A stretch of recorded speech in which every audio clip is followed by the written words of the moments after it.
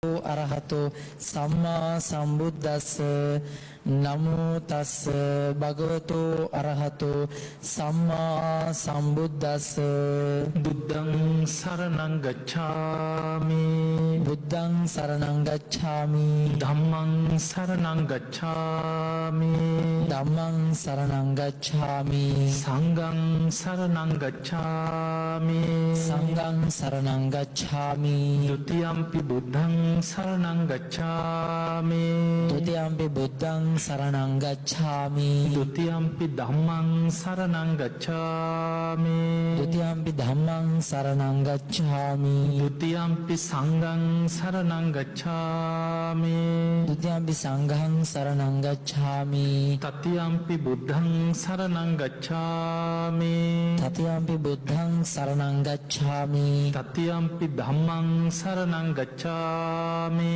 තතියම්පි ධම්මං සරණං ගච්ඡාමි තතියම්පි සංඝං සරණං ගච්ඡාමි තතියම්පි සංඝං සරණං ගච්ඡාමි පාණාතිපාතා වේරමණී සික්ඛාපදං සමාදියාමි පාණාතිපාතා වේරමණී සික්ඛාපදං සමාදියාමි අදින්නාදාන වේරමණී සික්ඛාපදං සමාදියාමි අදින්නාදාන වේරමණී සික්ඛාපදං සමාදියාමි කාමේසු මිච්ඡාචාරා වේරමණී සික්ඛාපදං සමාදියාමි කාමේසු මිච්ඡාචාරා වේරමණී සික්ඛාපදං සමාදියාමි මුසාවාදා වේරමණී සික්ඛාපදං සමාදියාමි මුසාවාදා වේරමණී සික්ඛාපදං සමාදියාමි සුරාමේරය මජ්ජපමාදට්ඨානා වේරමණී සික්ඛාපදං සමාදියාමි සුරාමේරය මජ්ජපමාදට්ඨානා වේරමණී සික්ඛාපදං සමාදියාමි තිසරණේන සද්ධින් පංචශීලං ධම්මං සාදුකං සුරක්ෂිතං කତ୍වා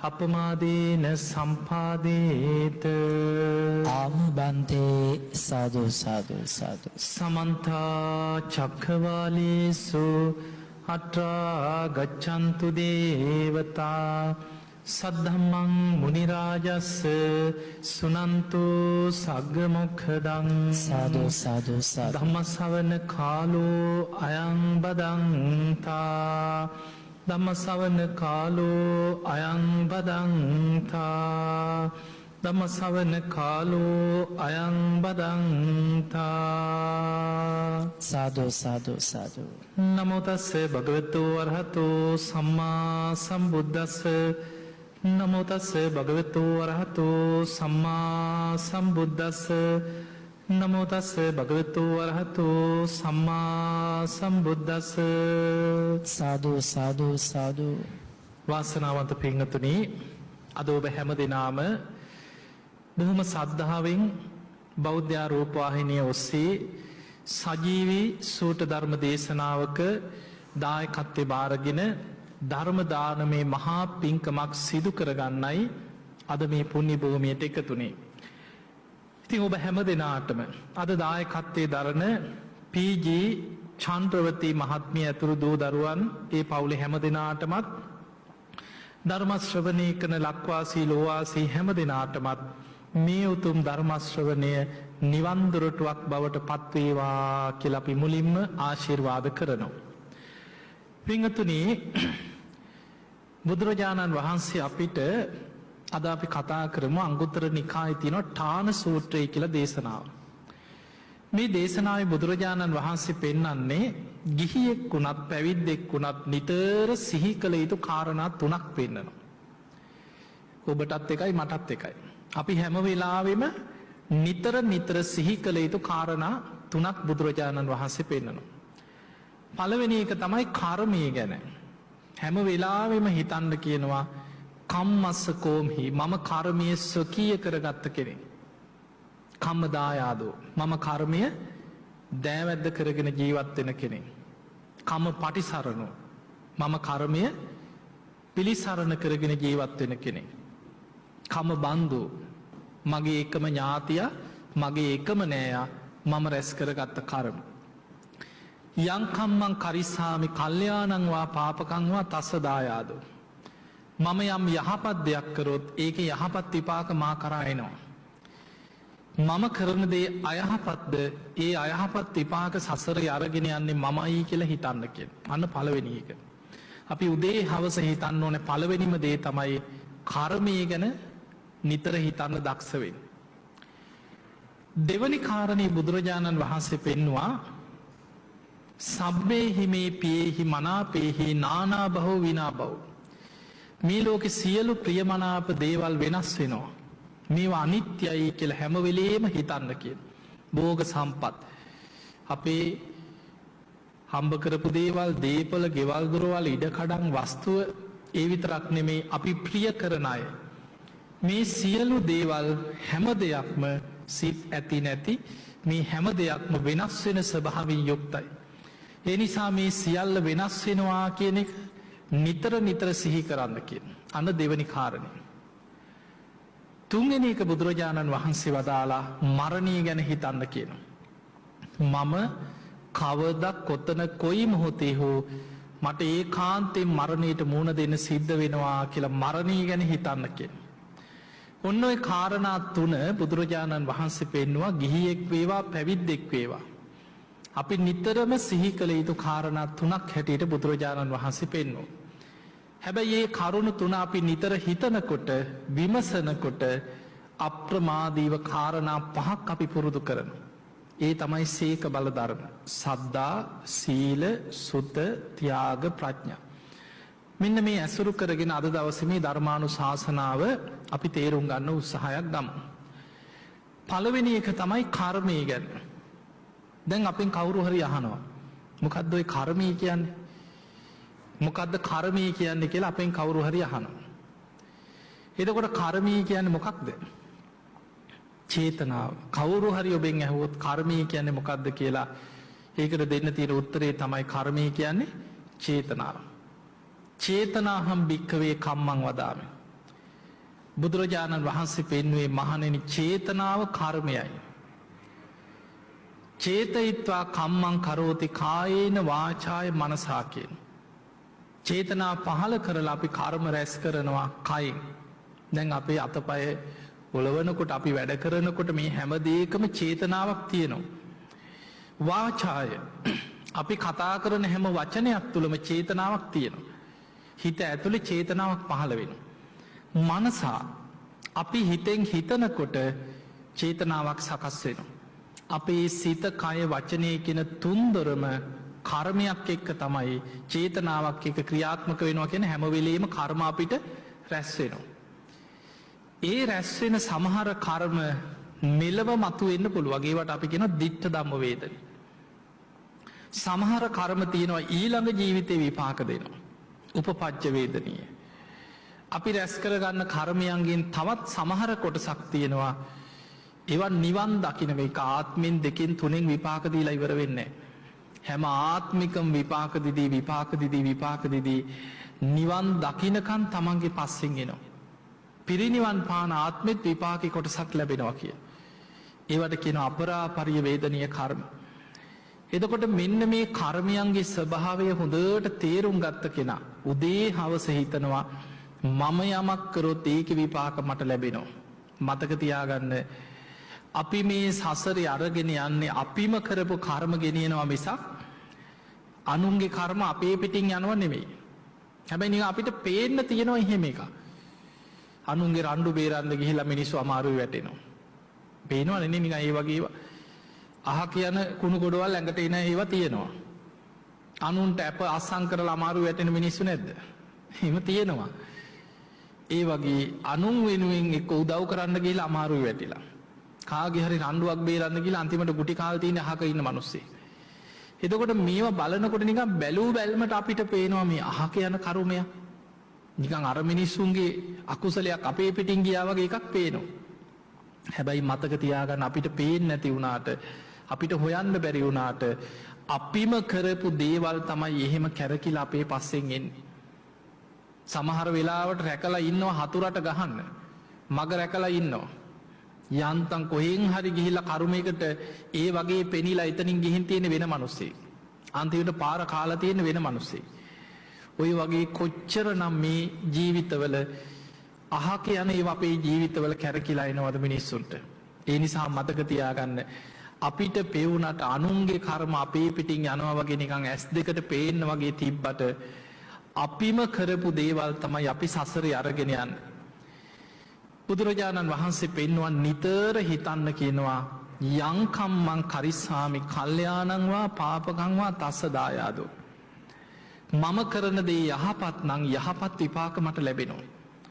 මම කරන දේ අයහපත්ද ඒවැ අයහපත් විපාක සසරේ අරගෙන යන්නේ මමයි කියලා හිතන්න කියන. කර්මය ගැන උදේ හවස හිතන්න දක්ෂ වෙන්න. එතකොට අපිට ගොඩාක් ඔය අකුසල් වලින් බේරෙන්න පුළුවන් පින්වතුනි. බුද්ධ දේශනා අතර තියෙනවා ඔබ අහලා තියෙනවද ඉසිදාසි ගැන? ඉසිදාසිගේ ජීවිත කතාව. බලන්න සමහර අකුසල් මිනිස්සු දන්නේ නැහැ මේවා විපාක. සමහර වෙලාවට මේ කෙලෙස් තුල මිනිස්සු කරන කියන දේවල් වල විපාක පස්සෙන් එනකොට කල්ප ගණන් සසර විඳෝ විඳෝ යන්න වෙනවා. ඉසිදාසි කියලා කියන්නේ ඒ වෙනකොට ඒ නගරේ හිටිය ධනවත්ම සිටුවරයාගේ දුවක්. පින්වතුනි බුද්ධ දේශනාවල තියෙනවා නගරේ ධනවත්ම කෙනාට තමයි සිටු තනතුර දෙන්නේ. ඒක රජ්ජුරුව දෙන්නේ. ඒ නගරේ ඉන්න ධනවත්ම කෙනා. ඒ කාලේ ඉඳලා තියෙන සමහරු ඉඳලා තියෙන 80 කෝටියක් ධනෙ තිබ්බා කියනවා. ඊළඟට 18 කෝටියක් ධනෙ තිබ්බා කියනවා. 30 කෝටියක් කියන ඔය වගේ ඒ කෙනාගේ ධන වස්තුවත් එක්ක රජ්ජුරුව බලනවා මීට වඩා ධනයක් තියෙන කෙනෙක් මේ නගරේ ඉන්නවද? නෑ. එයා නම් වැඩිපුරම ධනෙ තියෙන්නේ යාට ප්‍රධාන සිටු තනතුර දෙනවා. දැන් අපි හිතමු කාලයක් යනකොට තව කවුරු හරි ඊට වඩා ධනවතෙක් ඒ නගරේ හිටියා කියලා. එතකොට එයා ප්‍රධාන සිටුවරයා වෙනවා අනිත් එක්කෙනා දෙවනි සිටුවරයා වෙනවා. එතකොට නගරේ ඉන්න ධනවත්ම කෙනාට තමයි සිටු තනතුර දෙන්නේ. ඔන්න බලන්න එදා ඒ නගරයක හිටියා බොහොම ධනවත්ම සිටුවරයාට හිටියා එකම දුවක්. ලස්සන දරුවා. රූපයෙන් බොහොම ලස්සනයි. සැප සම්පත් ධනය ඉඩකඩම් සිටු මැදුර බොහෝ විශාල දේපලක් කුරුමයි එකම දරුවා. දැන් දෙමව්පියන්ට කීකරුව බොහෝම ගුණයහපත්ව මේ දරුවා හැදුනා. දැන් තරුණ වයසට එනකොට විවාහ කරලා දෙන වයස. අම්මා තාත්තා කතා වුණා අපිට ගොඩාක් ධනෙ තියෙනවා. අපිට ඉන්න එකම දරුවා ලස්සන දුව. මේ දරුවට හොඳ කෙනෙක් හොයන්න ඕන කියලා හොයලා තවත් ඒ වගේම නගරයක හිටපු ධනවත්ම පවුලක එකම පුතා. ඒ වගේම සැප සම්පත් තියෙන ධනවත්ම පවුලක් හොයාගත්තා. දරුවා දැක්ක ගමන් එක පයින් කැමති වුණා. දැන් ඔන්න දෙමව්පියන්ගේ කැමැත්තෙන් ඉසිදාසිත් කැමති. ඒ තරුණයත් කැමති. දැන් හැමෝගෙම කැමැත්තෙන් පළවෙනි විවාහය සිද්ධ වුණා. ඔන්න විවාහ වුණා. දැන් විවාහ වෙලා පෙරහැරෙන් ඉතින් ඔක්කොම මගුල් කාලා පෙරහැරෙන් එක්කරගෙන ගියා ඉසිදාසිව තමන්ගේ සිටු මැදුරට. ටික දවසයි හැබැයි ඉසිදාසි පුදුම ආදරෙන් ස්වාමියාට සලකනවා. ඒ දේශනාවල තියෙනවා ඉතින් ඒ කාලේ ගොඩක් ඔය ස්වාමියන්ට ගරු කරනවා. ඒ වගේ ඉන්දියන් සමාජය තුළ ගොඩක් කාන්තාවෝ යටත් වෙලා ජීවත් වෙන ක්‍රමයක් තියෙන. ස්වාමියා රස්සාවට ගිහිල්ලා ඊළඟට තමන්ගේ වෙලහිලඳාම් ව්‍යාපාර කටයුතු බලලා කරලා ගෙදරට එනකොට පා දෝවණය කරලා කිනෝ ගෙට ගන්න. එහෙම බොහොම ගෞරවයෙන් ස්වාමියාට ඉසිදාසි සලකනවා. හැබැයි ටික දවසක් යනකොට මේ ස්වාමියා ඇවිල්ලා අම්මා තාත්තට කිව්වා මට නම් මෙයා එක්ක ඉන්න බෑ කිව්වා. ගෙනාපු දිහාටම ගිහිල්ලා දාලා ඉන්න කිව්වා. අම්මා තාත්තා පුදුමෙන්පත් වුණා. ඇයි පුතේ මෙච්චර ගුණහපත් දරුවෙක්. මොකද්ද මේ දරුවගේ තියෙන අඩුව? වැරැද්දක් නැහැ. ඊට පස්සේ කිව්වා මට ඒව මගෙන් අහන්න එපා කිව්වා. මට වැරැද්දක් පේන්නේ නැහැ. හැබැයි මට මෙයත් එක්ක ඉන්න බෑ කිව්වා. ගෙනාපු දිහාටම ගිහිල්ලා අරලන්න කිව්වා. දැන් ඉසිදාසි තඳාඩ ඇහුවා මොකද්ද මගේ වැරැද්ද? මං වැරැද්ද හදා ගන්න කියන්න කිව්වා. ඒ මොකුත් නෑ මෙයා එක්ක මට ඉන්න බෑ මං යනවා කියලා ඔළුව හැරිච්ච අතේ. ඊට පස්සේ දෙමව්පියෝ මොකද කරේ? ඉසිදාසිව ගෙනල්ලා දැන් ඕන් ආයි ඉසිදාසිගේ අම්මා තාත්තට බාර දීලා ගියා. දැන් පළවෙනි විවාහය අසාර්ථකයි. කිසිම වැරැද්දක් නෑ චෝදනාවක් නෑ. හැබැයි විවාහය අසාර්ථකයි. දැන් මොහොම ඉසිදාසි ඉන්නකොට ගෙදර ඉසිදාසිගේ අම්මා තාත්තා කල්පනා කරා අපිට මේ තරම් විශාල දේපලක් තියෙනවා. අපිට මෙච්චර ලස්සන මාලිගාවක් වගේ සිටු මැදුරක් තියෙනවා. එකම දරුවා ඉන්නේ දුව. අපි තව විවාහයක් කරලා දෙමු කියලා දැන් අකමැත්තෙන් වුණත් දුවට කියලා දැන් කොහොම හරි කැමති කරගත්තා. කැමති කරගෙන දැන් අර වගේම ධනවත් කෙනෙක් හොයන්න අමාරුයි. ඊට පස්සේ හොයනකොට සාමාන්‍ය පවුලක හොඳ තරුණයෙක්ව ඔන්න කැමති කරව ගත්තා. දේපල ගොඩක් තියෙන නිසා ඒ දෙමව්පියොත් කැමති වුණා. දැන් ඔන්න ඉසිදාසිගේ දෙවනි විවාහයක් සිද්ධ වුණා. ඒ ස්වාමියාටත් බොහෝම ගෞරවයෙන් ආදරෙන් ඉසිදාසි සලකගෙන ගරු කරගෙන ඉන්නවා. ටික දවසයි කිසිම හේතුවක් නැහැ. මට නම් මෙයා එක්ක ඉන්න බෑ කිව්ව අර මිනිස්සයා. ගෙනාපු දිහාටම ගිහිල්ලා දාලා ඉන්න මං යනවා යන්න කිව්වා මේ ගෙදරින් එළියට බහැලා. ඉතින් අනේ අර දෙමව්පිය අහනවා අනේ පුතේ මොකද්ද මේ දරුවගේ තියෙන වැරද්ද? නෑ මට මෙයත් එක්ක ඉන්න බැරිය කියනවා. දැන් ඔන්න දෙවනි විවාහෙත් අසාර්ථකයි. ඉසිදාසිව ගෙනහලා ගෙදරට ගෙනල්ලා බාර දීලා ගියා. දැන් ඉසිදාසි අඬ අඬා ඉන්නවා. ඇයි මට මෙහෙම වුනේ? මම නම් ජීවත් වෙන්නේ. ඔහොම හිත හිත ඉන්නකොට අම්මා තාත්තා ඇවිල්ලා කිව්වා අනේ පුතේ තව එක වතාවක් අපි කියන නිසා කැමති වෙන්න කිව්වා. අපි මැරුණට පස්සේ නුඹට යන කලදසාව මොකද්ද? අපිට මෙච්චර දේපල තියෙනවා. මෙච්චර ඉඩකඩම් තියෙනවා. මේ තරම් වස්තුව තියෙනවා. ඊට පස්සේ දැන් අම්මා තාත්තා කියන නිසාම හිත හදාගෙන හිටියා. තාත්තා දවසක් කල්පනා කර කර හිටියා කාත් කවුරුත් නැති අසරණ තරුණයෙක් හොයාගන්න තිබුණොත් මේ ඉසිදාසිට දේපල තියෙන නිසාවත් ආදරින් ඉන්න තෑ කියලා හිතුවා. හිතලා දවසක් පාර දිහා බලාගෙන ඉන්නකොට හොඳ තරුණයෙක් හිඟමනේ යනවා හිඟන්නේ. බලාගෙන හිටියා. ඒ වෙලේම ඔළුවට ආවා මේ කෙනා හොඳ ලස්සනට අන්දලා කරලා ගත්තොත් මේ දේපොළ ටික බලාගෙන හිටියොත් එහෙමවත් ආදරෙන් ඉන්න තෑ කියලා තාත්තට හිතට අදහසක් ආවා. කාටත් හොරෙන් සිටු මැදුරෙන් පහලට බැහැලා ගියා පාරට. ගිහිල්ලා අර තරුණයාව පැත්තකට එක්කන් ගිහිල්ලා ඇහුවා පුතේ ඇයි මේ හිඟමනේ යන්නේ? කතා කරනකොට තේරුණා සිහි කල්පනාවත් හොඳට තියෙනවා. මේ නිකන් පිස්සුවෙන් හිඟමනේ යනවා නෙමෙයි. ඊට පස්සේ එක්කන් ගිහිල්ලා පෙන්නවා අර තියෙන්නේ අපේ නිවස. මේ තියෙන්නේ අපේ දේපල. අපිට එක දුවක් ඉන්නවා. කැමති නැද්ද ඇහුවා මේ දේපල ඔක්කොම වස්තුව බලාගෙන අපේ දුව විවාහ කරගෙන කැමති නැද්ද ඇහුවා දුව විවාහ කරගෙන මේවා බලා හදාගෙන ඉන්න. හා මාමි කිව්වා ස්විප් එකක් ඇදුනා වගේ නෙවෙයි නිහට එකපාරට හරි ගන්නටනේ. එකපාරට කැමති වුණා හා මාමි කියලා. හැබැයි ඉතින් මෙහෙම එක්ක යන්න බෑනේ. ඉක්මනට එක්කන් ගෙනහිල්ලා නෑවුවා. ඒ කාලේ තිබ්බ සුවඳ ගහනෝ ඒක ගෙඩි වර්ග ඌ අරගෙන අතුල්ලලා අර හඩු ගඳ ඇරියා. නාවලා අර වැරහැලි ටික අයින් කරලා හොඳ වටිනා සලු පිළි ටිකක් ගෙනත් දුන්න මෙන්න මේක ඇඳගනින් කියලා. දැන් ලස්සනට කොණ්ඩේ කපලා දැන් හොඳ හැඩි දැඩි පිරිමි තරුණේ එක්කන් ගියා. කිව්වා පුතේ මේ රහස නම් දුවට කියන්න එපා. උඹ කවුද කියලා. එක්කන් ගිහිල්ලා දුවට කිව්වා දුවේ මෙන්න මේ තරුණයට කැමති වෙන්න කිව්වා. අපි කියන දේ අහලා කැමති වෙන්න ආයිනම් මෙහෙම ඉල්ලීමක් කරන්නේ නැහැ කිව්වා. දෙමව්පියෝ නිසාම හා කියලා ඔන්න තුන්වෙනි විවාහය සිද්ධ වුණා. අනේ අර ස්වාමියාටත් බොහෝම ආදරෙන් සලකගෙන හිටියා. ටික දවසයි කිසිම හේතුවක් නැහැ. මේ මිනිස්සයා ගිහිල්ලා අර තාත්තා ළඟට ගිහින් කිව්වා කෝ මගේ අර ඇඳුම් ටික. කෝ මගේ තැටිය. මෙයා එක්ක ඉන්නවට වැඩිය හොඳයි කිව්වා මං හිඟා කන එක කියලා අනේ පාරට බහැලා ගියා යන්න. දැන් බලන්න කිසිම හේතුවක් නැහැ. අච්චර ලැබිච්ච අතට ලැබිච්ච දේවල් අතහැරලා පාරට බහැලා ගියා. කර්ම කැරකෙන්නේ ওই වගේ. එදා ඉසිදාසි කල්පනා කරා මම නම් ජීවත් වෙන්නේ මොකද්ද මගේ මේ කරුමේ? මං ජීවිතේ නැති කරගන්නවා කියලා නිවසේ උඩුමහලට නැගලා පහළ බලනකොට නන්දා කියලා රහත් භික්ෂුණියක් පාරේ පිණ්ඩපාතේ වඩිනවා. අර භික්ෂුණිය දිහා බලාගෙන ඉන්නකොට හිත සංසිඳුණා. බොහොම සාන්තයි, සංවරයි. හිතුවා අනේ උන්වහන්සේලා මොනතරම් සතුටින්ද ජීවත් වෙන්නේ. අපිට මේ තරම් සැප සම්පත් තිබ්බත් ජීවිතේ සතුටක් නැහැ.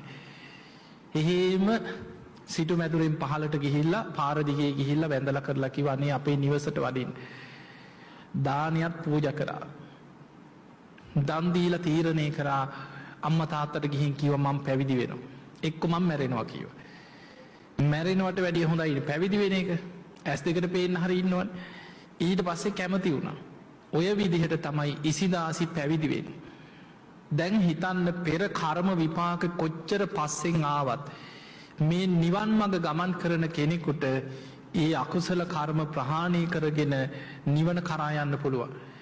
ඉසිදාසි පැවිදි වෙලා පුද්දුම වීරියෙන් භාවනා කරා. සීලාදී ගුණධර්ම පුරාගෙන වැඩි කාලයක් ගියේ නෑ. මාස කීපයක් යනකොට ත්‍රිවිද්‍යා ඇති රහත් භික්ෂුණියක් බවට පත් වුණා.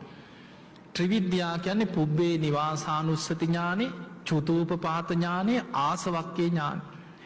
ත්‍රිවිද්‍යා ඇති රහත් භික්ෂුණියක් වුණා. දැන් ඉසිදාසි රහත් භික්ෂුණිය. දවසක් විවේකයෙන් භාවනා කරනකොට තමන්ගෙම ජීවිතය ගැන තමන්ට හිතුණා පෙර ජීවිතේ බලන්න. ඇයි මට මෙහෙම වුණේ? මම මෙච්චර හොඳට ජීවත් වෙලා මේ තරම් ගුණයහපත්ව ඉඳලා ඇයි මට මෙහෙම වුණේ කියලා ආපස්සට තමන් පුබ්බේ නිවාසානුස්සති ඥාණයෙන් තමන්ගේම ජීවිතය ආපස්සට බලාගෙන ගියා. මේක තියෙනවා තීරී ගාථාවලත් තියෙනවා ඉසිදාසි රහත් තෙරණියගේ ජීවිත කතාව. ආත්ම 7කට පෙර කරපු අකුසලයක් ආත්ම 7ක් තිස්සේම විපාක දීපු අකුසලයක් ඔය පස්සෙන් එන්නේ. ආත්ම 7කට පෙර ඉසිදාසි ඒ කාලේ පිරිමි කෙනෙක්. පිරිමි ආත්මයක්. රන් කරුවෙක් කියලා තියෙන කියන්නේ රත්තරන් වලින් ලස්සන නිර්මාණ කරපු නිර්මාණ ශිල්පී. අපි කියමු රත්තරන් බඩු හදපු කෙනෙක් කියලා හිතාගමු. ඒ කාලේ රන් කරුවෙක්. තරුණ වයසේදී ඒ කාලේ පුළුවන් තරම් කාන්තාව එක්ක යාළු වෙලා සල්ලාලකමේ ගිහිල්ලා දුස්සීලකම් කරලා. ඕකයි අකුසලේ. ඒ කරපු විපාකේ ඔන්න බලන්න ආත්ම 7ක් කර්ම විපාක යන හැටි. ආත්ම 7කට පෙර පිරිමි කෙනෙක් හැටියට මේ කරපු අකුසල විපාකේ ඊළඟ ජීවිතේ නිරේට අපායේ දුක් විඳලා අපායෙන් චුත වෙලා උඩට ආවා. ඇවිල්ලා ඉපදුනේ තිරිසං ආත්ම 3ක් ලැබුවා එක විට. එක ආත්මයක් තමයි අපායෙන් ඇවිල්ලා ඉපදුනා වඳුරු පැටියෙක් වෙලා ඉපදුනා වැදිරියෙක්ගේ කුසක. දැන් අපායෙන් ඇවිල්ලා වඳුරු පැටියෙක් වෙලා ඉපදුනේ. පුංචි කාලේ මාර වඳුරු පැටියගේ පුරුෂ නිමිත්ත වඳුරු රැළේ වඳුරෙක් සීරුවා කියනවා. එතනම පණුව ගහලා කුණු වෙලා තුවාල හැදිලා මැරුණා. කර්ම විපාකේ නැහැටි. එතන මැරිලා ඊළඟ ජීවිතේ ඉපදුනා වහු පැටියෙක් වෙලා ඉපදුනා. එළ දෙනෙක්ගේ කුසින් ඉපදුනා වහු පැටියෙක්. තරුණ වයසට එනකොට ඔය වැඩ ගන්නකොට හරකුන්ගෙන් කරාඹනවා. ඔබ දන්නවා ඇතිනේ. ඒ කරාඹනකොට එතනම පණුව ගහලා තුවාලයක් ඇවිල්ලා කුණු වුණා. කුණු වෙලා මැරුණා. ඊළඟට ඉපදුනා බූරු දෙනකගේ කුසකින් බූරු පැටියෙක් වෙලා ඉපදුනා. බූරුවන්ගෙනුත් වැඩ ගන්නවා. ඒ වැඩ ගන්නකොට බූරුවන්ගෙන් කරාඹනකොට එතනම පණුව ගහලා කුණු වුණා. තිරිසං ආත්ම 3යි තුනේම පුරුෂ නිමිත්ත කුණු වෙලා තමයි මැරුණේ. සසරි කරපු කර්ම විපාකේ නැහැටි. එතකොට බලන්න නිරේ දුක්ඛින්ද ඊට පස්සේ තිරිසං ආත්ම 3යි ඒ තිරිසං ආත්ම 3 ගෙවලා ඊට පස්සේ ආව මනුස්ස ලෝකෙට. ඒ ආපු මනුස්ස ලෝකේ කාන්තාවකුත් නෙමෙයි පිරිමියෙකුත් නෙමෙයි නපුරුෂකෙක් වෙලා කියන ඉපදුනේ. ඔන්න කර්ම විපාකේ දැන් ගෙවිගෙන යනකොට එන හැටි. ඒ ආත්මේ අවුරුදු 30ක් දුක් විඳලා මැරෙනවා. අවුරුදු 30න්. ඊට පස්සේ මනුස්ස ලෝකෙට ආවා දුප්පත් පවුලක කාන්තාවක් වෙලා ඉපදුණා. ඒ ජීවිතේ දෙමව්පියෝ ණය වෙලා ණය ගෙවා ගන්න බැරුව ණයකාරයෝ ඇවිල්ලා හිලව්වට ණය ගෙවන්න බැරි නම් මේ ළමයා දීපන් කියලා අනේ අර දුව ඇදගෙන ගියා ණයකාරයෝ. වැඩ අරගෙන වහලියක් වගේ වැඩ කරලා දුක් විඳලා ඒ ජීවිතේ මැරුණා. ඒ මැරිලා ඊළඟට ඉපදුනේ ඉසිදාසි වෙලා. බොහෝම ධනවත් පවුලක එකම දරුවා ලස්සන දරුවෙක් වෙලා ඉපදුණා. දුවක් දැන් කාන්තාවක්. දැන් ආත්ම ඔය 7 වෙනි ආත්මේ. හැබැයි කොච්චර ලස්සනට හිටියත් මොනතරම් දේපොළ තිබ්බත් විවාහයක් හරියන්නේ අර අකුසල විපාකේ පස්සෙන් එන හැටි. එතකොට බලන්න ආත්ම 7කට පෙර පිරිමි කෙනෙක් වෙලා කරපු අකුසලේ ආත්ම 7ක් පුරා පස්සෙන් ආවා. ඒ නිසා මතක තියාගන්න සමහර කර්ම විපාක පස්සෙන් එනකොට සමහර ඒවා තියෙනවා නිවන් දකින්නකම් පස්සෙන් යනවා. ඒවට කියන්නේ අපරාපරිය වේදනීය කර්ම. හොයන්න බෑ සමහර ඒවා. උපදිනකොට හොයන්නත් බෑ. දැන් ඔබ හිතන්න සමහරු මහා පින්වත් උපතක් ලබනවා. හැබැයි ඒ උපතත් එක්කම සසර කරපු අකුසලෙත් පස්සෙන් එන ඒවා තියෙනවා. මේ මුගලන් හාමුදුරුවන්ගේ ජීවිතය ගැන නිකන් හිතන්න. උන්වහන්සේ අසංකේයකුත් කල්ප ලක්ෂයක් පාරමී පුරලා සසර පින් කරලා තමයි එදා කෝලිත හැටියට මනුස්ස ලෝකෙට ආවේ බුදුහාමුදුරුවන්ගේ කාලේ. උපතිස්ස කෝලිත, උපතිස්ස කියන්නේ සාරිපුත්ත හාමුදුරුවෝ. කෝලිත කියන්නේ මුගලන් හාමුදුරුවන්ගේ ගිහි නම දෙන්න. එතකොට බලන්න පින් කරලා කොච්චර පින බලවත්ද කියන්නේ. දෙන්න ඉපදුනේ ධනවත් පවුලක. තරුණ වයසට එනකොටම නිවන් අවබෝධය ගැනම අතහැරීම ගැන හැඟීම ඇති වුණා. යාළුවෝ දෙන්නම පාරක ඇවිදගෙන ගිහිල්ලා දෙපැත්තකට බෙදිලා විමුක්තියක් හොයාගෙන ගියා. ඉස්සල්ලාම ධර්මයේ හම්බුනේ උපතිස්සට. ගාථාවේ පද දෙක ඇහෙනකොට උපතිස්ස සෝවාන් වුණා. යාළුව හොයාගෙන ඇවිල්ලා කිව්වා යහළුව මට ධර්මයේ හම්බුණා. කෝලිත මහපාරි වැඳගෙන බණ ඇහුවා ගාථාවයි. එක ගාථාව අහලා ඉවර වෙනකොට සෝවාන් වුණා. එතකොට බලන්න එක ගාථාවක් අහලා සෝවාන් වෙන්න තරම් කොච්චර පිනක් තියෙන්න ඕනද කියලා හිතන්න. ඒ පිනෙන් එදා බුදුහාමුදුරුවෝ හොයාගෙන ආවා. ඈතදී බුදුරජාණන් වහන්සේ වේලුවනේ සංජයගේ පිරිස 250ක් පිරිසත් එක්ක උපතිස්ස කෝලිත දෙන්න ඈතින් එනවා. බුදුරජාණන් වහන්සේ ඈත තියාම ශ්‍රී හස්තේ දිගු කරලා පෙන්වුවා මහණෙනි අර ඈතින් එන්නේ ඔය මගේ බුද්ධ ශාසනයේ අගසව් දෙනම කියෝ. සාරිපුත්ත හාමුදුරුවෝ තමයි බුදුරජාණන් වහන්සේ ළඟට ශාසනයේ දෙවනියා.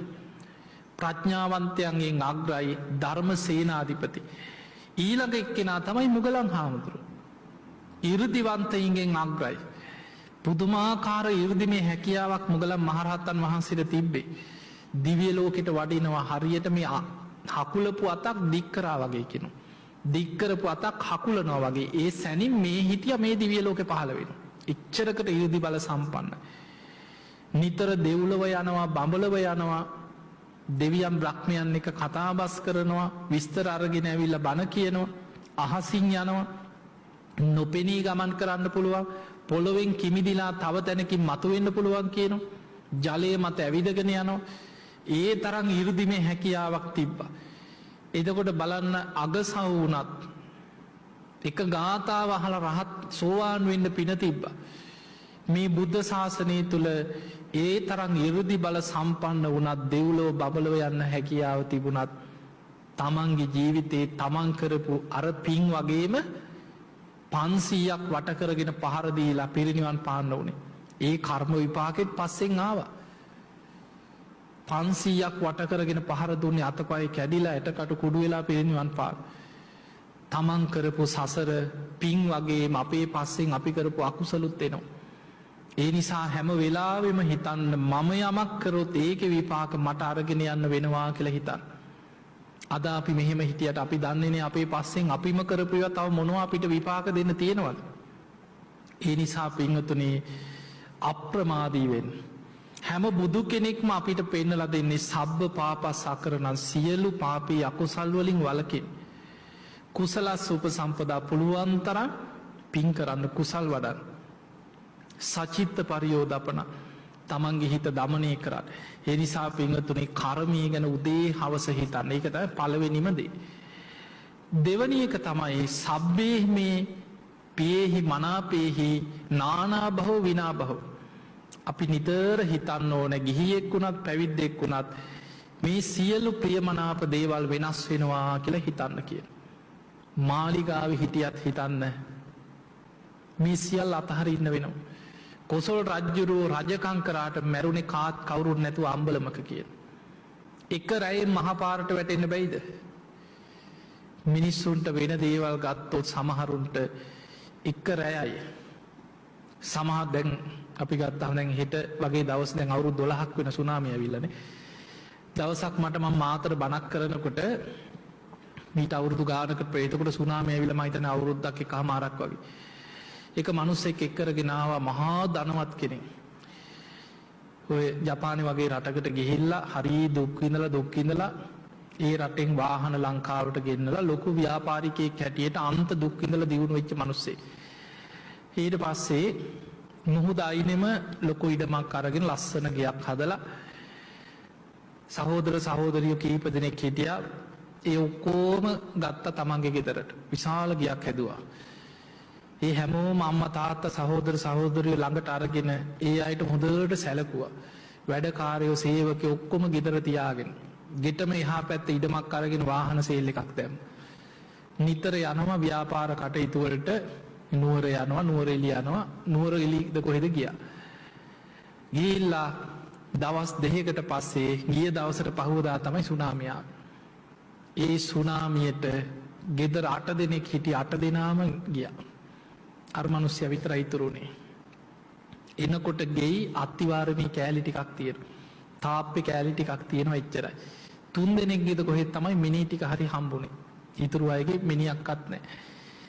එතකොට ඒ අය මට ඇවිල්ලා කියනවා මං ළඟට එක් කරගෙන එනකොට පිස්සු. කල්පනාවක් නැහැ. ඉතින් කීවනේ හාඳුරනේ අපි දන්න කියන මිනිස්සෙක් කොහොම හරි හිත හදන්න උත්සාහයක් ගන්න කිව්වා. ඒ අය කියනවා අර අත්තිවාරමට වෙලා ඉඳගෙන මුහුද දිහා බලාගෙන ඉන්නවා කිය උදේ ඉඳන් හවස් වෙනකම්. කවුරු හරි මිනිස්සෙක් කන්න දුන්නට පස්සේ ටිකක් කාලා ඉතුරු ටික ගිහිල්ලා මුහුදට දානවා කියනවා. හිටි ගමන් නැගිටලා ගිහිල්ලා වැලි හවුරක් අරගෙන එක්ක ගලක් ගහනවා කිය මුහුදට. බැනගෙන යනවා කිය මුහුදට බැනගෙන ගිහිල්ලා ආයෙ ඇවිල්ලා ඉඳ ගන්නවා කිය. වහිනකොට තෙමෙනවා, අවුවට වේලෙනවා, අත්තිවාරමට වෙලා ඉඳගෙන මුහුද දිහා බලාගෙන අඬ ඉන්න. ජීවිතේ කෝටි ප්‍රකෝටිපතියෙක් වුණත් එක රැයෙන් සියල්ල නැති වෙන්න පුළුවන් මතක තියාගන්න. බුදුරජාණන් වහන්සේ පෙන්නනවා අපේ වස්තුව අපේ ගෙවල් දොරවල් ඉඩකඩම් යාන වාහන අපි ගොඩනගපු දේවල් සියල්ල ගින්නට සාධාරණයි කියලා. මේ සියල්ල ගින්නෙන් විනාශ වෙන්න පුළුවන්. ජලයට සාධාරණයි.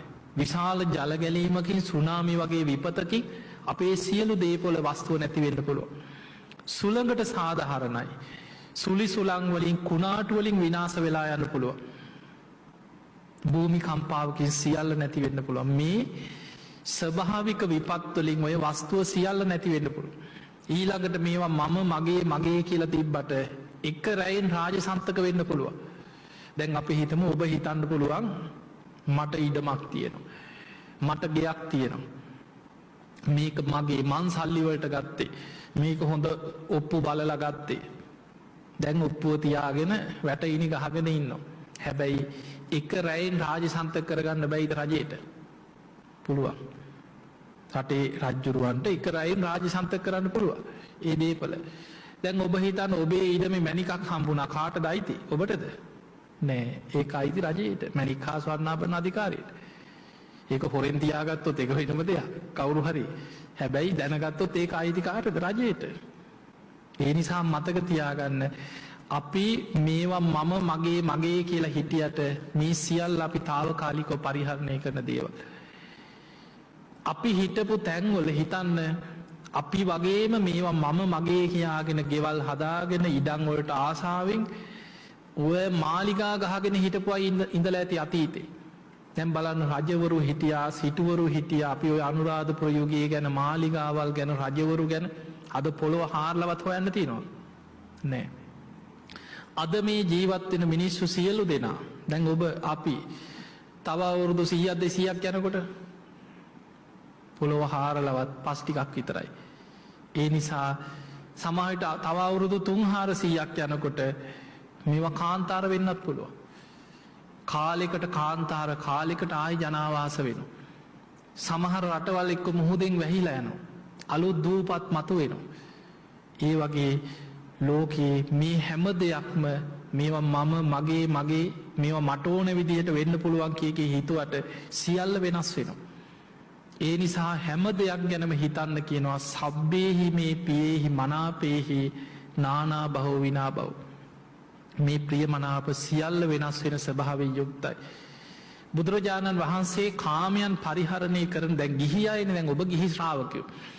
ගිහි ශ්‍රාවකයෝ කාමයන් පරිහරණය කරනවා. හැබැයි බුදුරජාණන් වහන්සේ පෙන්නවා ආදීනව දස්සාවිනු. ඒවා පරිහරණය කරද්දී ආදීනව දකිමින් වාසය කරන්න කිය. රජ මැදුර හිටියත් හිතන්නේ ඒක අනිත්‍යයි. මොනවා තිබුණත් මේ සියල්ල මට යම් දවසක අතහරින්න වෙනවා කියන අවබෝධයෙන් ඒව පරිහරණය කරන්න කිය. අන්න ඒක තමයි ගිහි ශ්‍රාවකයෙක් අවබෝධයක් තුළ කාමයන් පරිහරණය කරන විදිහ. දැන් අපි හිතමු දරුවෙක් ලැබුණා කියලා. ඒ දරුවා මේ මගේ දරුවා කීවට මට ඕන විදිහටම පවත්ව ගන්න පුළුවන්ද? අනාත්මයි. ඒ අය සංසාරේ රැස් කරගත්ත දේවල් අරගෙන යන සසර ගමන. ඔබ අම්මා තාත්තා හැටියට දරුවෙකුට මෙලොව උපදින්න උදව් කරා වෙන්න පුළුවන්. හැබැයි ඒ දරුවා කියන්නේ ඔබට ඕන විදිහට පාලනය කරන්න පුළුවන් කෙනෙක් නෙමෙයි. සසරේ තමන් ගෙනාපු කර්ම අරගෙන යන සංසාරේ යන තවත් එක්කෙනෙක් විතරයි. ඒ නිසා අපි ආදරෙන් අනේ මගේ දරුවා කියලා පිළිගන්න දරුවම සමහර වෙලාවට ඒ දෙමව්පියන්ට විනාශය කියන කෙනෙක් වෙන්න පුළුවන්. සංසාර හතුරෙක් වෙන්නත් පුළුවන්. ඒ හැම දෙයක් ගැනම අවබෝධයක් තුළ ජීවිතේ අනිත්‍යයි මේ හැමදේම වෙනස් වෙනවා කියන අවබෝධය තුළ ඉන්න කෙනාට හිත හදාගන්න පුළුවන්. ලාභ අලාභ සැප දුක යස ආයස නින්දා ප්‍රශංසා ඔය අටලෝ දහම ඉදිරියේ අකම්පිත හිතක් ඇති කරගන්න නම් ප්‍රියමනාප දේවල් වෙනස් වෙනවා කියලා නිතර සිහි කරමින් වාසය කරන්න කියලා. ඔන්න දෙවෙනි එක. තුන්වෙනි එක බුදුහාමුදුරුවෝ පෙන්නවා හැම වෙලේම හිතන්න කියනවා ගිහියෙක් වුණත් පැවිද්දෙක් වුණත් මම මරණය ඉක්මවා ගිය කෙනෙක් නෙමෙයි. කවදා කොතන කොයි මොහොතේ හෝ මට මරණයට මුහුණ දෙන්න වෙනවා කියලා හිතන්න කියලා. දැන් අපි සමහර වෙලාවට මැරෙයි කියලා හිතාගෙන ඉන්න මිනිස්සු අනේ හොඳට ඉන්නවා. දැන් ගේ කොහේ හරි ගෙදරක් ගැන නිකන් අපි හිතමු. ඒ ගෙදර කවුරු හරි ලෙඩ වෙලා ඉන්නවා එක්ක ආච්චි. බට දාලා බොහොම අමාරුවෙන් මැරෙයි කියලා ඉන්නේ. ඒ මිනිස්සයා ඉන්නේ නැද්ද මේ හොඳට හිටපු මිනිස්සයා මැරෙනවා. සමහරු අපිට පාරේ මුණ ගැහෙනවා අයියේ අක්කේ කියලා hina වෙලා කතා වෙලා යනවා. මෙන්න ටිකකින් ආරංචි වෙනවා අනේ අසවලා මැරුණා. අපිට අදාහ ගන්න බෑ. අපිම කියන මේ ගස්කල් වගේ හිටපු මිනිස්සයා මේ හොඳට දැන් ටික වෙලාවකට කලින් කතා කරලා ගියානේ. එහෙම වෙන්නේ නැද්ද අපිට? ඒ නිසා මරණයට වයස ભેදයක් නැහැ. මරණයට පුද්ගල ભેදයක් උසස් පහත් කුල ભેද ගෝත්‍ර ભેද වර්ණ ભેද ಜಾති ભેද නැහැ මරණයට. කවදා කොතන කොයි මොහොතේ හෝ හැම දිනාටම ඒ මරණයට නත්ති ජාත සමරණ උපන්නා වූ සෑම සත්වයකට මරණයට මුහුණ දෙන සිද්ධ වෙන හැම වෙලාවෙම මරණය ගැන හිතන්න. ඒක භාවනාව. ඒ හිතනවා කියන්නේ දැන් සමහරු මරණය ගැන හිතනකොට අම්මෝ ඕවා හොඳ නෑ කියනවා. ඒ කියන්නේ දැන් මැරෙනවා වැඩක් නෑ මේ මොනවත් කරලා වැඩක් නෑ රස්සා කරලා වැඩකුත් නෑ මැරෙනවා ඒවද හිතන්නේ. එහෙම නෙමෙයි. මරණ සතිය කියන්නේ අප්‍රමාදී භාවයට උපකාර වෙන භාවනාව. මරණය ගැන සිහි කරන කෙනා තමයි කියන අප්‍රමාදීව කුසල් වඩන්න. දැම්මම් මැරුණොත් කොහේ යයිද කියලා විමසනවා. ඉහළට ගත්ත හුස්ම ටික පහළට හෙලන්න පෙර මැරෙන්න පුළුවන්. කටට ගත්ත බත් ටික ගිල ගන්න පෙර ඒක හිර වෙලා පණ යන්න පුළුවන්. මේ විදිහට මැරෙන්න පුළුවන් අවස්ථාවල් ගැන හිතලා යා අප්‍රමාදී වෙනවා. දැම්මම් මැරුණොත් කොහේ යයිද? ඒ නිසා මං සද්ධාව දියුණු කරගන්න ඕන. මං කොහොම හරි සිල් රකින්න. මං කොහොම හරි ධර්මයේ දියුණු කරගන්න. මං කොහොම හරි පින් ටිකක් කරගන්න. භාවනාවක යෙදෙනවා. අප්‍රමාදීව මං ගුණධර්ම පුරනවා කියලා මරණය ගැන හිතන කෙනා තමයි අප්‍රමාදීව සද්ධා සීල සුත්ත ත්‍යාග ප්‍රඥා වඩන. පින්වතුනි ඨාන සූත්‍රය බුදුහාමුදුරුවෝ පෙන්වුවේ ගිහියෙක් වේවා පැවිද්දෙක් වේවා නිතර හිතන්න කියන ඔන්න ඔය කරුණු තුන. මොනවද? කර්මය ගැන. මම කර්මයේ දායාද කරගත්ත කෙනෙක්. කර්මයේ උප්පත්තිය කරගත්ත කෙනෙක්. කර්මයේ පිළිසරණ කරගත්ත කෙනෙක්. මං කර්මයේ ඥාතියා කරගත්ත කෙනෙක්. මම යම් හොඳක් හෝ නරකක් කරොත් ඒකේ විපාක මා කරා එනවා කියලා ඔන්න උදේ හවස හිතන්න. ඒ තමයි පළවෙනි එක. දෙවැනි එක තමයි මේ සියලු ප්‍රියමනාප දේවල් වෙනස් වෙනවා කියලා නිතර අනිත්‍ය ගැන මෙනෙහි කරමින් වාසය කරන්න කියන. කාමයන් පරිහරණය කරද්දී ඒවා ආදීනව දකිමින් වාසය කරන්න. තුන්වෙනි එක තමයි මම මරණය ඉක්මවා ගිය කෙනෙක් නෙමෙයි. කවදා කොතන කොයි මොහොතේ හෝ මට මරණයට මුහුණ දෙන්න වෙනවා කියලා නිතර මරණ සතිය භාවනාවක් වශයෙන් වඩන්න. ඔය කරුණු තුන නිතර පුරුදු කරන කෙනා කරුණු පහක් අප්‍රමාදීව වඩනවා කියලා. ඒ පහ තමයි සද්ධාව, සිල්වත්කම, දහම් දැනුම, නිතර බණ අහනවා. ඊළඟට ත්‍යාග සම්පත්තිය ප්‍රඥාව. ඒවට කියන්නේ සීක බල. එහෙමනම් පින්වතුනි අපේ ජීවිත දවසින් දවස මොහොතින් මොහොත ෂණයෙන් ෂණය මරණයට ලං වෙනවා. අප්‍රමාදීව ඔබ හැම දිනාටම සද්ධාදී ගුණධර්ම දියුණු කරගෙන උතුම් වූ ධර්මයේම අවබෝධ කරගන්න වාසනාව ලැබේවා ලැබේවා ලැබේවා කියලා අපි ඔබට ආශිර්වාද ප්‍රාර්ථනා කරනවා.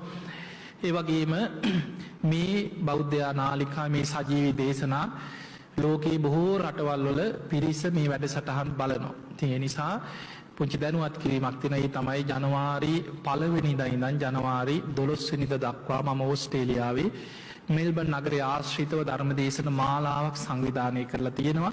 ඉතින් ඕස්ට්‍රේලියාවේ මෙල්බන් ආශ්‍රිතව ලංකාවේ ලක්ෂ 2කට ආසන්න පිරිසක් ඕස්ට්‍රේලියාවේ ඒ නගරවල ජීවත් වෙනවා. ඉතින් සිංහල ජනගහනය ලංකාව ඇරුණුකොට වැඩිපුරම ඉන්න රට තමයි ඕස්ට්‍රේලියාව.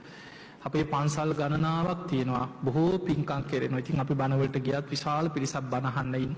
ඒ නිසා බෞද්ධ නාලිකාව ඔස්සේ බණ අහන සැදැහැවතුන්ට අපි දැනුම් දෙනවා. ඔබට මේ ධර්ම දේශනා පැවැත්වෙන ස්ථාන විහාරස්ථාන ගැන ඉදිරියේ දැනගන්න පුළුවන්. දැනගෙන මේ පින්කම් වලට එකතු වෙන්න. ඉතින් එහෙමනම් ඔබ හැම දිනාටම අද දවසේ මේ ධර්ම ශ්‍රවණයෙන් ඔබ රැස් කරගත් සියලු පින් සියලු දෙවියෝ සාදුකාර දිදී මේ පින් අනුමෝදන් වෙත්වා. දෙවියන්ගේ දිව්‍ය ආශීර්වාද වර්ධනය කරගෙන සියලු දෙවියෝ උතුම් නිවනටම පත්වේවා කියලා සාදු කියලා පින්දේ. ඒ සියලු දෙවියන්ගේ පිහිට රැකවරණ ආශිර්වාදේ ඔබ හැම දිනාටම ලැබේවා ලැබේවා ලැබේවා කියලා අපි ආශිර්වාද කරනවා. ඒ වගේම අද මේ උතුම් ධර්ම දේශනාවේ දායකත්වයෙන් බාරගෙන කටයුතු කරේ නම්බර 138 7A ගැමුණු පාර නවගමුව රණාල පදිංචි පින්වතුන් PG චන්ද්‍රවතී මහත්මිය ඇතුළු දෝදරු ඥාතීන් ආදී මේ පින්වතුන් තමයි එකතු වෙලා අද මේ ධර්ම දානමේ මහා පින්කම සිදු කරගත්තේ. මේ පින්වතුන්ගේ අරමුණු තමයි ඩී පියරත්න අබේසිරි මහත්මයා මීට අවුරුද්දකට පෙර මිය පරලොව ගිය ඒ මහත්මයා සිහිපත් කළ පින් අනුමෝදන් කිරීම විශේෂයෙන් එතුමා ඇතුළු ඩී පියරත්න අබේසිරි ඒ පියාණන් ඒ ස්වාමිපුරුෂය ඇතුළු සංසාරගත සියලු ඥාතීන් ඔබ හැම දිනාම කල්පනා කරගන්න. ඔබ හැම දිනා නම් මිය පරලොව ගිය සියලු සංසාරගත ඥාතීන් සාදුකාර දිදී මේ පින් අනුමෝදන් වෙත්වා. ඒ අයගේ පරලොව ජීවිත සැපවත් වේවා සුවපත් වේවා වහවහ සසර දුකින් අත මිදේවා කියලා සාදු කියලා පින් දෙන්න. ඒ වගේම බිරිඳ දූ දරුවන් සහ පැමිණ සිටින සියලු දෙනාටම තුනුරුවන්ගේ ආශිර්වාද රැකවරණේ සැලසේවා කියන උතුම් ආශිර්වාද ප්‍රාර්ථනා. ඉගෙනුම ලබන ජනිත් මිහිසර උදිත් ලක්ෂාන් යන දරුවන්ගේ අධ්‍යාපන කටයුතු සාර්ථක කරගන්න තුනුරුවන්ගේ ආශිර්වාද රැකවරණ සැලසේවා. ඒ දරුවන්ට නැනනුවන පහළ වේවා. සියලු දෙවියන්ගේ පිහිට ආශිර්වාදයේ ඒ දරුවන්ටත් පවුලේ සියලු දෙනාටම සැලසේවා කියන ආශිර්වාද ප්‍රාර්ථනා. එමනම් පින්වතුනි විශේෂයෙන්ම නවගමුව රණාල ගැමුණුපුර පදිංචි මේ පින්වත් හැම දෙනාම PG චන්ද්‍රවතී මහත්මිය ඇතුළු දූ දරුවන් සියලු දෙනාම ඔබ හැම දෙනාමත් බෞද්ධ රූපවාහිනිය ඔස්සේ මේ සජීවී සූත්‍ර දේශනා ධර්ම දේශනාව ශ්‍රවණය කළ ලක්වාසී ලෝවාසී හැම දෙනාමත් නිදුක් වේවා නිරෝගී වේවා සුවපත් වේවා සුවපත් වේවා සුවපත් වේවා හැම දිනාටම ධර්මාවබෝධයේ පිණිසම මේ පින උපකාර වේවා කියලා අපි ආශිර්වාද කරනවා. මම වැඳගත් අභිවාදන සීලිස්ස නිච්ඡං වද්ධා ප්‍රචායිනෝ චත්තාරෝ ධම්මා වඩ්ඩන්ති ආයුවන්නෝ සුඛං බලං ආයුරාරෝග්‍ය සම්පatti සග්ග සම්පatti මේවච අතෝ නිබ්බාන සම්පatti මිනාතේ සමිජ්ජතු. හැම දිනාටම සම්මා සම්බුදු සරණයි. සාදු සාදු සාදු. සදහවත්නි දැන් ගෞරවනීය ස්වාමීන් වහන්සේ උදෙසා පරිස්කාර පූජාවන් සිදු කරන්නට අපි දායකත්වයෙන් කටයුතු කරන පිරිසට ආරාධනා කරනවා. සුවඳවත් වූ පුෂ්පයක් මෙන් එහි සුවඳ දසත විහිදුවාලන්නට ඒ පුෂ්පය උත්සාහ කරන්නාක් මෙන්ම අපිත් අපේ ජීවිතය සුවඳවත් කරගන්නවා නම් අන් අයටත් ඒ සුවඳ විහිදුවාලන්න අපට පුළුවන්කම ලැබෙනවා නම් අපේ ජීවිතයේ තථාගත බුදුබණෙහි ඇති අර්ථය එයයි. අපි උත්සාහ කළ යුතු වන්නේ හදවතට ඒ තථාගත ශ්‍රී සද්ධර්මය අවබෝධ කරගෙන වැඩසටහන ආරම්භයේදී සිහිපත් කළා වගේම දුකට හේතු වන තණ්හාව දුරු කරමින් අපට ජීවිතයේ මධ්‍යම ප්‍රතිපදාවක රැඳෙමින් ජීවිතයේ දිනන මාර්ගය අපි අපේ ජීවිතයට ළඟා කර ගැනීම. ඒ උදෙසා මේ ගිවි ගිය පැයක කාල සීමාව තුළ ගෞරවනීය ස්වාමින් වහන්සේ සිදු කළා වූ ඒ උතුම් වූ ධර්ම දායකත්වය ඒ පුණ්‍යානුමෝදනා පූර්වකව අපි උන්වහන්සේට නිරෝගී චිරජීවනයේ ප්‍රාර්ථනා කරමු. සාදු සාදු සාදු. දැන් අද මේ පින්කමේ දායකත්වය ගැන කටයුතු කරන්න යෙදුණු නවගමුව රණාල ගැමුණු පුරපදිංචි පී.ජී. චන්ද්‍රාවතී මහත්මිය ප්‍රධානව ඒ පවුලේ දූ දරුවන් ඥාති හිත මිත්‍රාදීන් පිරිස ගෞරවනීය ස්වාමින් වහන්සේට පරිස්කාර පූජාවන් සිදු කරන මොහොත ඒ සියලු දෙනා බලාපොරොත්තු වන යහපත් අරමුණු අභිමතාර්ථ එලෙසින් මිටු වෙන්න කියලා ප්‍රාර්ථනා කරනවා. එලෙසින්ම උතුම් වූ චතුරාර්ය සත්‍ය ධර්මය අවබෝධ කරගන්න මේ හැම දිනාටම ශක්තිය ධෛර්යය සැලසේවායි අපි ප්‍රාර්ථනා කරනවා. ගෞරවනීය ස්වාමින් වහන්සේ බොහෝ කාර්යභාරයක් අප හැම දෙනා වෙනුවෙන් මිටු කරන්නේ ගමින් ගමට දේශනා පවත්වමින් උන්වහන්සේ වැඩම කරනවා වගේම සීල ස්වාරණ භික්ෂු ගිලන් මධ්‍යස්ථානයේ පවත්වාගෙන යමින් උන්වහන්සේ සිදු කරන්නේ අමිල මෙහෙවරක්. ඒ කටයුතුත් සාර්ථක කරගන්න ගෙවි ගිය වසර මෙන්ම උන්වහන්සේට එළඹෙන වසරෙත් ශක්තිය ධෛර්යය සැලසේවායි අපි ප්‍රාර්ථනා කරනවා. බක්කුල මහා සෑය නිර්මාණය වෙනවා. උන්වහන්සේ ඒ නිර්මාණය ඉතා ඉක්මනින් අවසන් කරලා අපි හැම දිනාටම වන්දනාමාන කරන්නට ඒ උතුම් වූ චෛත්‍යරාජන් වහන්සේ හැකියාව ලැබේවායි කියන ප්‍රාර්ථනාව ඇතිව අපි එහෙමනම් සජීව විකාශය නිමාඩපත් කරනවා. හැම දිනාටම තෙරුවන් සරණයි.